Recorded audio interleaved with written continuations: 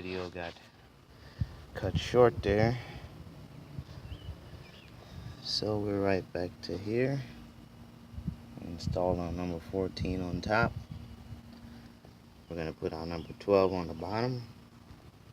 Okay, both bolts tightened. Electrical connectors hooked back up to the bracket.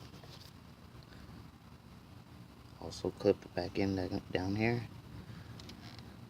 Now I'm going to hook up our lead, number 10 nut. Alright, lead nice and tight. Now you're just going to take your electrical connector, plug it back in here.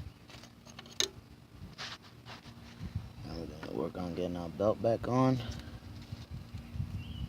Number 18 on your tension, 19, sorry, on your tensioner.